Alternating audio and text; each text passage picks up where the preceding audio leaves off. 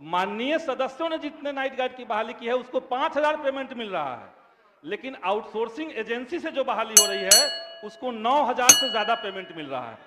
तो पैसा एक ही जगह से जाना है, पद एक ही है, लेकिन माननीय सदस्यों को अपमानित करने के लिए केवल हमारे द्वारा बहाल को 5,000 और आउटसोर्सिंग एजेंसी से बहाल लोगों को 10,000 मिल रहा है।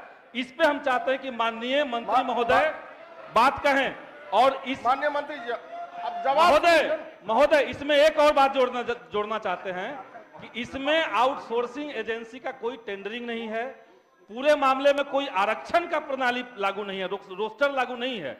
इस पे मंत्री जी जवाब दे दें। आउटसोर्सिंग का कहीं नहीं लिखा हुआ है जिसका जवाब दे महोदय, लेकिन अब माननीय सदस्यों द्वारा चयनित जो नाइट गार्ड है उनका तो अपमान हो रहा है, उनका तो अपमान हो रहा है। माननीय मंत्री जी सरकार की नियमावली से हम लोगों ने किया था और एजेंसी से होगा 10,000 पेमेंट मिलेगा, हम करेंगे 5,000 पेमेंट मिलेगा।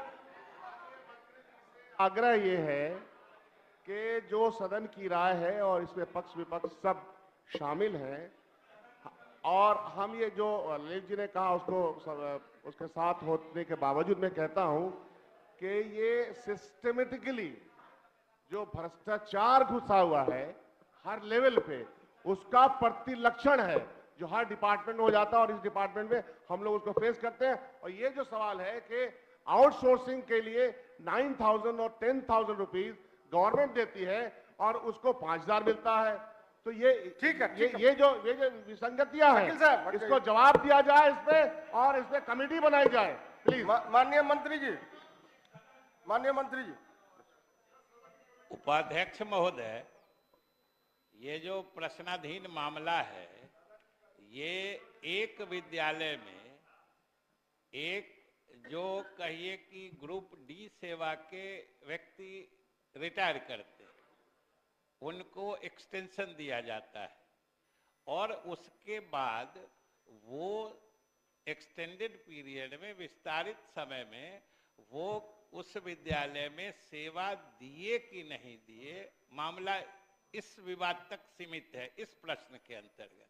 अब इसमें आउटसोर्सिंग का मामला, आरक्षण पालन करने का मामला, ये तो इस प्रश्न से संबंधित नहीं है। और जहां तक माननीय सदस्य ने कहा है कि आखिर विद्यालयों के अध्ययन अध्यापन कार्य में जो हमारे माननीय विधायक गण हैं उनका भी असर देखरेख रहे, इसी विचार के तहत तो सरकार ने उनको अध्यक्ष बनाया है। और हमने पहले ही कहा है कि अगर मामला किसकी इज्जत या कौन गड़बड़ कौन सही है इसका नहीं है, मामला ये है कि वो विस्तारित सेवा में विद्यालय में सेवा दे रहे थे कि नहीं, मात्र इतने का इसमें विवाद है। और हमने कहा कि जिस वरीय अधिकारी से कहे हम जांच करा देते हैं। ने 25 प्रमुख मुद्दे आप लोगों के सामने रखे हैं। लाडली बहन योजना, इसको हम बढ़ोतरी कर रहे हैं, वृद्धावस्था पेंशन का बढ़ोतरी कर रहे हैं, किसानों के लिए ऋण माफी और किसान सम्मान निधि को 12,000 से बढ़ाकर 15,000 कर रहे हैं।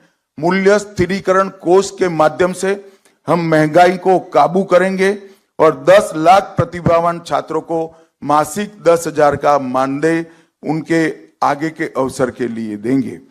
45,000 गांवों में रास्ते बनाने का काम किया जाएगा।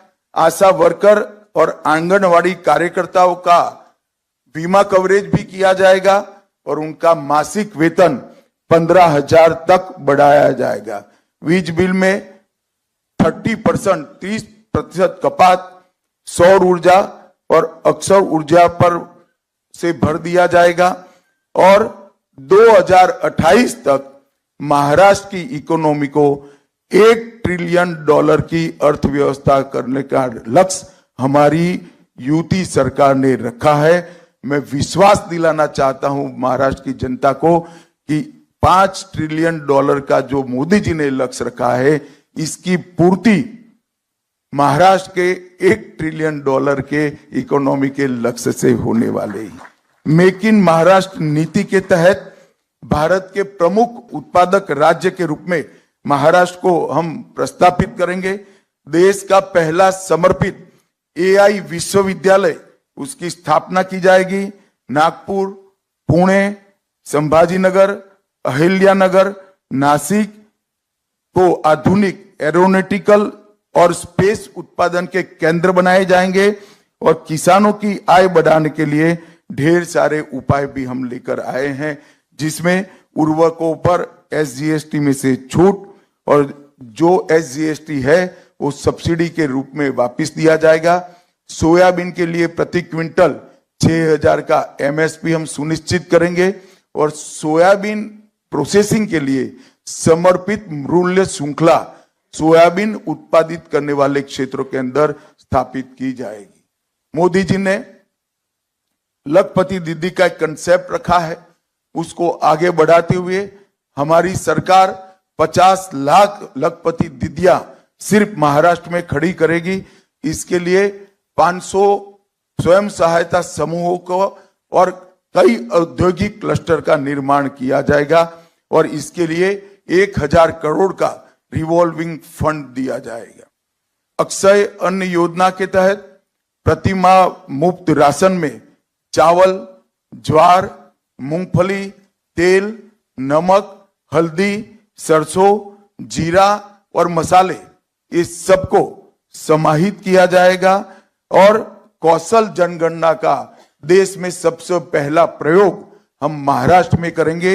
स्किल की जनगणना कर जिस युवाओं के अंदर स्किल है, टैलेंट है, उनको उचित जगह पे उनको प्लेसमेंट कराने के लिए एक नई मशीनरी हम खड़े करेंगे।